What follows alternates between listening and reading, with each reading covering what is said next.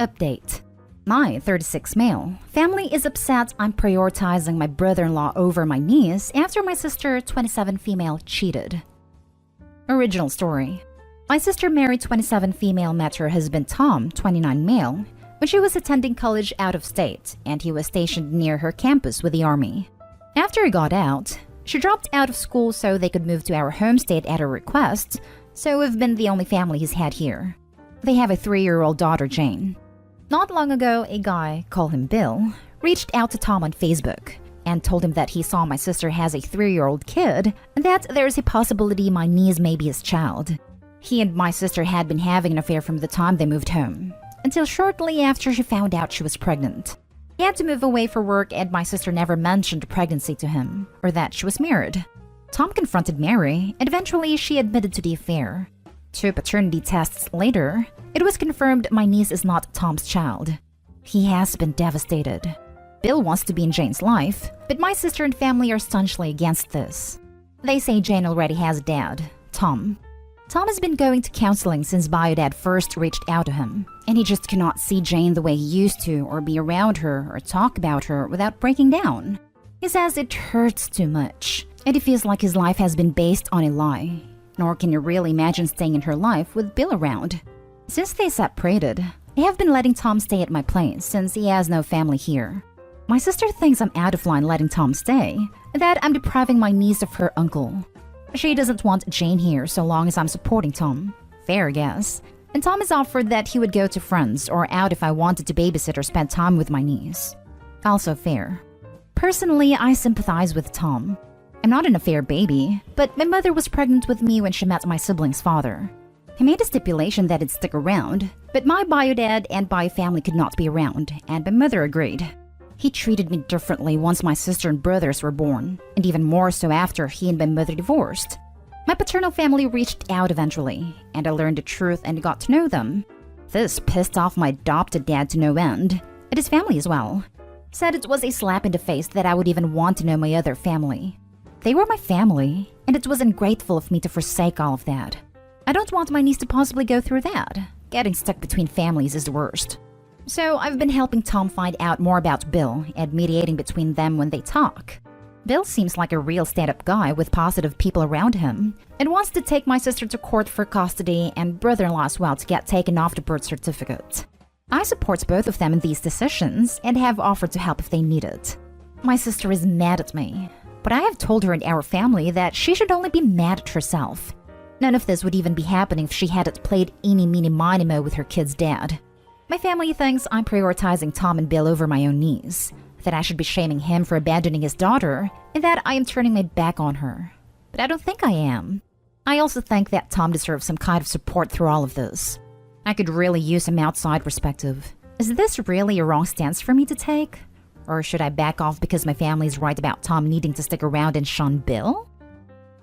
Now for the top advice before reading the update. Sorry, your sister needs to, figuratively, be set on fire. She is the reason this happened. Paternity fraud, cheating, lying, just scum.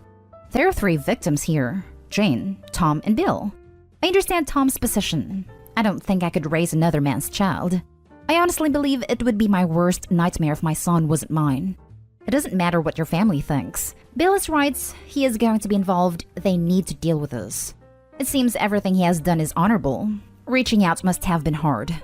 This has got to be awful for Jane. My heart breaks for her. Luckily, there are still a large number of people fighting to be involved. I think she's going to be okay. Fortunately, she is really young too. What a piece of work Mary is. I hope you are doing okay. You sound like a fantastic uncle. Especially as Opie has literally been in Jane's position. If anyone can understand and support her through this, it's clearly him. Stand firm, Opie. You're a good person. Keep standing tall. This whole situation is in your sister's head, but she's trying to blame you for supporting 2 of the 3 victims of her shenanigans. It sounds like you were the scapegoat of the family. You're not putting the 2 men above your niece. Your sister is weaponizing her. She's the one not allowing you to see her. Don't buy into their manipulative BS. Your sister could very easily set up times where you can visit your niece, go on an outing to the park, for example, etc. She's the one putting the kibosh on this.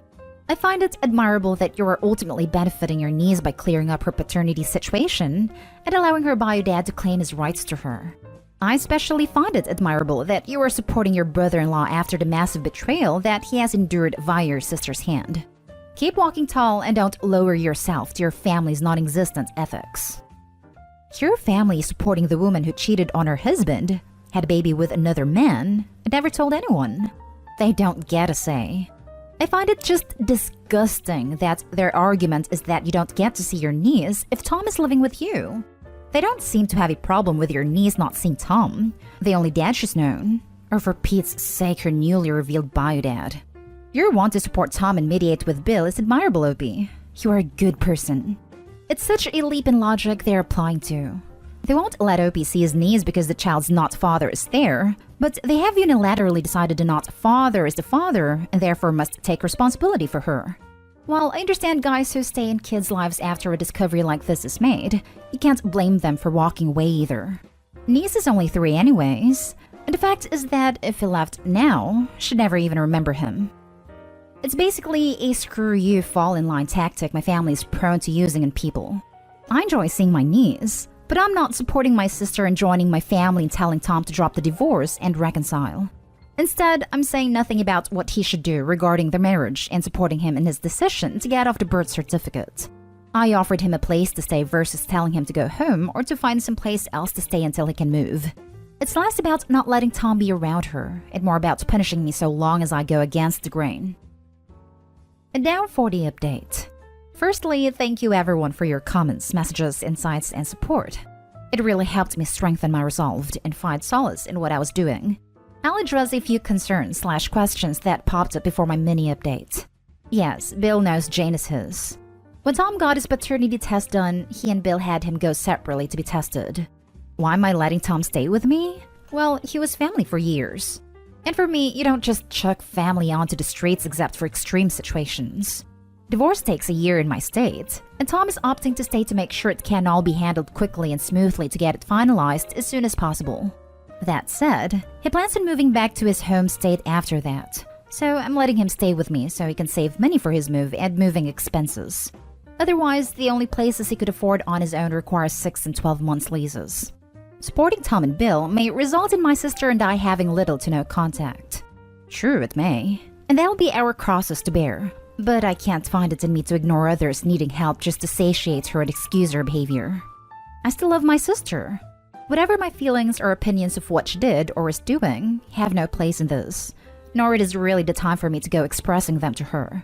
Bill's lawyer says it's very likely Bill will wind up with a custody arrangement, and he has assured me that if things do go south with my sister, that she won't let me see my niece. I'd always be welcome to visit them to see her during his time with her. Now, for the update. It's not a huge one, but rather surprising.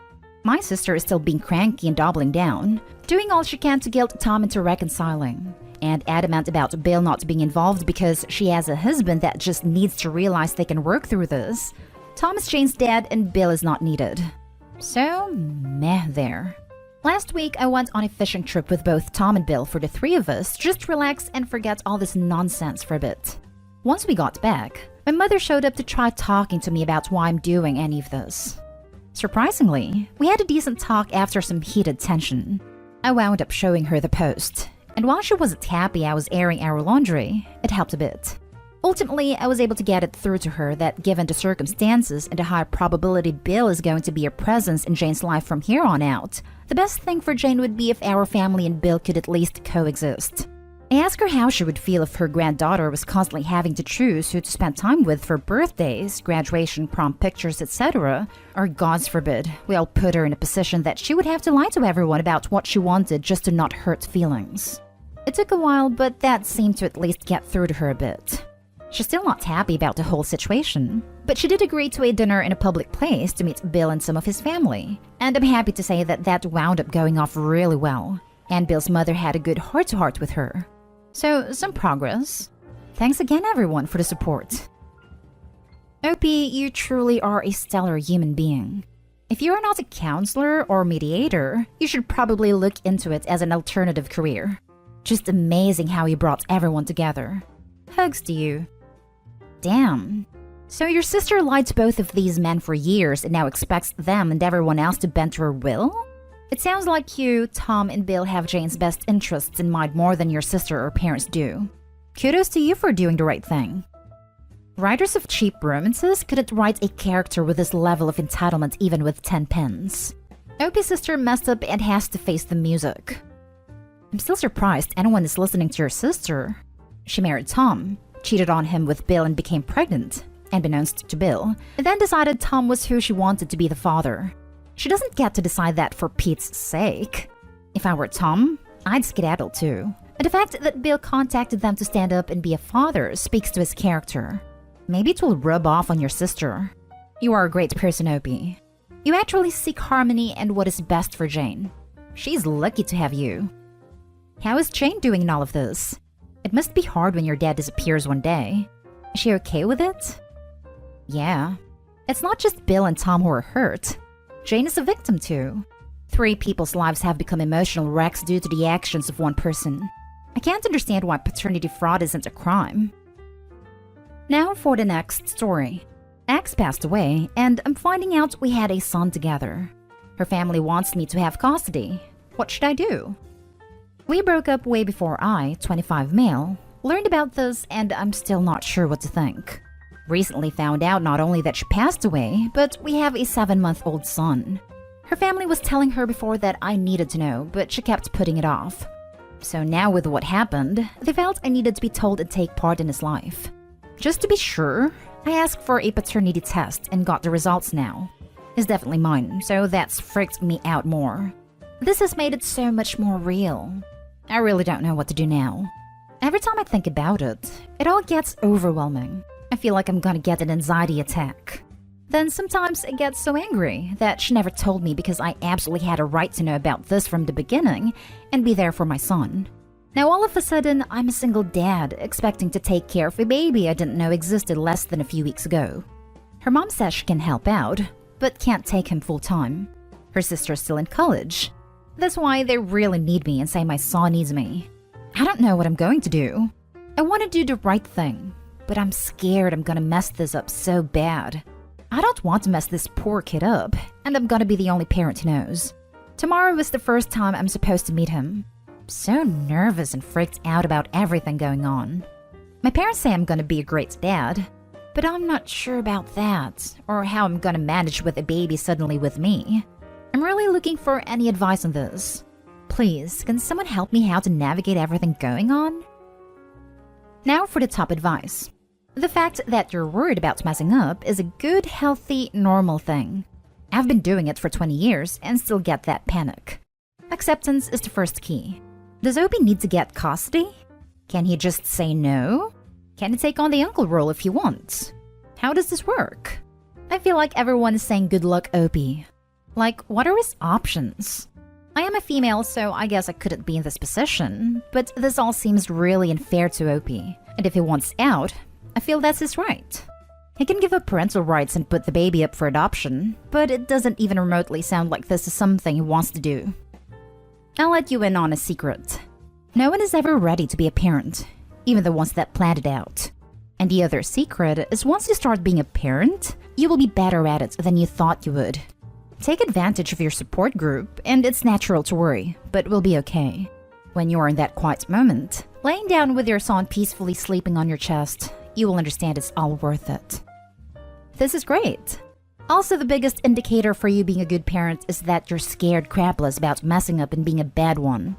The people who turn out to be terrible parents never cared if they were going to be good or bad ones. Opie being scared and seeing how huge a responsibility this is, literally a great indicator for him doing well. Some Swedish author had this to say about parenthood. Give your children love, love, love, and more love, and the rest will follow. Just be there for your kid. Teach them, learn from them, read to them, even starting now. When they're old enough to talk, listen and hear what they have to say. This won't be easy, but you got this. Didn't know about the sub. Gonna be checking out, so thanks. This is all so crazy overwhelming. Last story is titled, My ex wanted me to spend Father's Day with her son. I used to date Laura for 3 years, and she had a 6-year-old boy, Timmy. Timmy and I were pretty close, but But Laura and I weren't in love and decided to break things off. Timmy and I met occasionally afterwards because he insisted on it. 2 years later, I got married to the love of my life and we just had a son. Laura was really pissed because now her son was going to take a backseat to my own. I explained to her that her son should move on, but she insisted I still be in his life. It was my first Father's Day yesterday, and I spent it with my dad and son. It was 3 generations of family, and I almost teared up. That was until I found Timmy at my doorstep wishing me Happy Father's Day. I was shocked, and Laura had already driven off. I included Timmy in the festivities, but I was damn pissed. When Laura came to pick him up, I just sent him off. I'm thinking of bringing in Timmy one more time and telling him I'm not his dad or pretend dad, and I don't want to see him anymore. Would this be going too far? Well, Timmy is a kid. He obviously feels like you're a father figure in his life. You need to have a talk with Laura, who is enabling this. Laura's nuts. She is feeding Timmy lies which will eventually hurt him. If she does this again, let him in and report his mom for abandoning him on your doorstep. What if something happened after she left him and drove off? What if you weren't even home? She put him in a very dangerous situation, and I personally wouldn't let her off easy. Absolutely going too far. This is a child, a young boy who looks up to you as a father figure. Why willingly crush him? Any problems you have should be handled directly with your ex, his mother. Tell her you're sorry, but you're not his dad and don't have a father/son bond with him. You've moved on and have your own child and would appreciate if she left you alone. I feel sorry for that poor boy. I've told her again and again, but she's borderline crazy. If she keeps dropping the kid off on you after you've expressed all of this, it's time to tell her that if she does it again, you're going to report her for child abandonment or something. She can't force you into a relationship or even to be a babysitter. That's nuts. I may need a restraining order.